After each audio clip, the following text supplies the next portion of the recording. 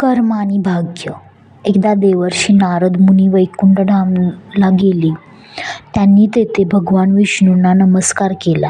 नारद मुनींनी भगवान विष्णूंना सांगितले, प्रभू, पृथ्वीवर तुमचा प्रभाव कमी होत आहे.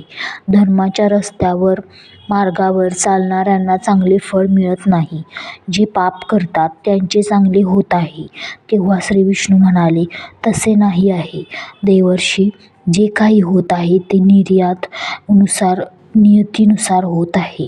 नारद म्हणाले, मी तर पाहून आलो, जे पाप करतात त्यांना चांगले फळ मिळत आहे आणि चांगले करणारे धर्माच्या रस्त्यावर चालणाऱ्यांना वाईट फळ मिळत आहे. श्री विष्णू म्हणाले, एखादी घटना सांगा. देवर्षींनी सांगितले, आत्ताच मी एका जंगलातून आलो आहे. तेथे एक गाई चिखलात अडकली होती. तिला वाचवण्यासाठी कोणी नव्हते. तेव्हा तेथून एक चोर निघाला होता. गाईला चिखलात अडकलेले पाहूनही तो थांबला नाही. तो त्या गाईच्या अंगावर पाय ठेवून त्या चिखलातून पुढे निघून गेला. पुढे जाऊन त्या चोराला सोन्याच्या मोहरांची एक थैली मिळाली.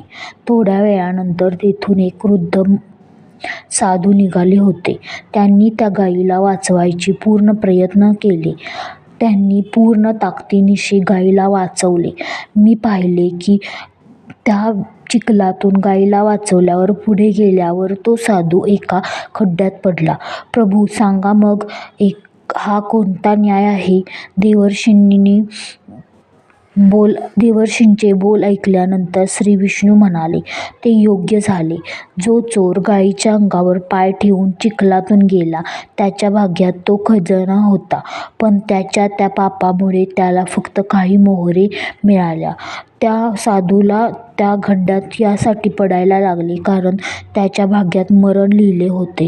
परंतु गाईला वाचवल्याने त्याचे पुण्य वाढले आणि त्याचा मृत्यू एका छोट्याशा खरचटण्यात बदलली. माणसाच्या कर्मांनी त्याचे भाग्य तयार होते. शिकवण: जीवनात सत्कर्म करा, कोणाचे वाईट करू नका. व्हिडिओ पाहिल्याबद्दल धन्यवाद. आमच्या चॅनलला लाईक करा, शेअर करा, सबस्क्राईब करा आणि कमेंट नक्की करा.